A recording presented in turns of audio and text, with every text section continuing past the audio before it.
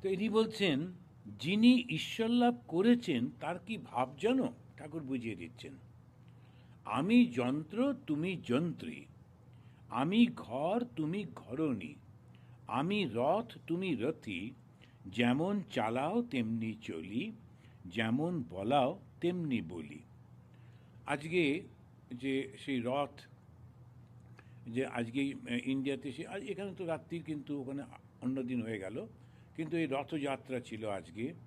আজকে সকালবেলায় আমাদের রবিবারের ক্লাসেতে আমরা রথযাত্রা নিয়ে আলোচনা করলাম। এই রথটা যেমন বাইরে একটা রথ রয়েছে, যে তার মধ্যে সেই স্বয়ং ভগবান তিনি বসে আছেন কৃষ্ণরূপে, আর বিষ্ণুই কৃষ্ণরূপে বসে আছেন, এবং 5টা ঘোড়া সেই রথটা টানছে ইত্যাদি। সেটাই আবার উপনিষদে বলছেন, আসলে এটা তোমার শরীরটাই হচ্ছে রথ। এই যে জাগতিক এবং আধ্যাত্মিকরা মিলে যাচ্ছে, বাইরে কিছু থাকে না। আমি রথ দেখবার জন্য ছুটে ছুটে যাচ্ছি, কিন্তু আমি তো সেই দৈব রথ।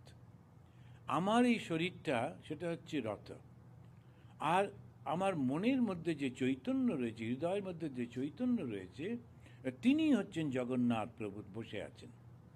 আমার যে বুদ্ধি সে হচ্ছে সারথি, আমার যে পঞ্চ ইন্দ্রিয় ওইগুলো হচ্ছে 5টা ঘোড়া, আর ওই বুদ্ধি সে এটাকে কন্ট্রোল করছে, চালাচ্ছে।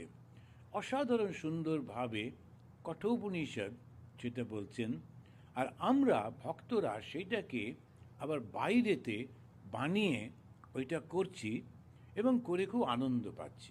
কিন্তু যদি আমরা ওই বাইরের ওই কাঠের রথ ওটাই একমাত্র সত্য বলে মনে করে মানুষকে আমরা যদি অত্যাচার করি, তুমি নিচু জাতের, তুমি ছোবে না, তুমি কাছে আসবে না, তোমার দেওয়া পুজো নেওয়া হবে না, এরকম করে, তখন ওই রথযাত্রার কোনো মানে হবে না।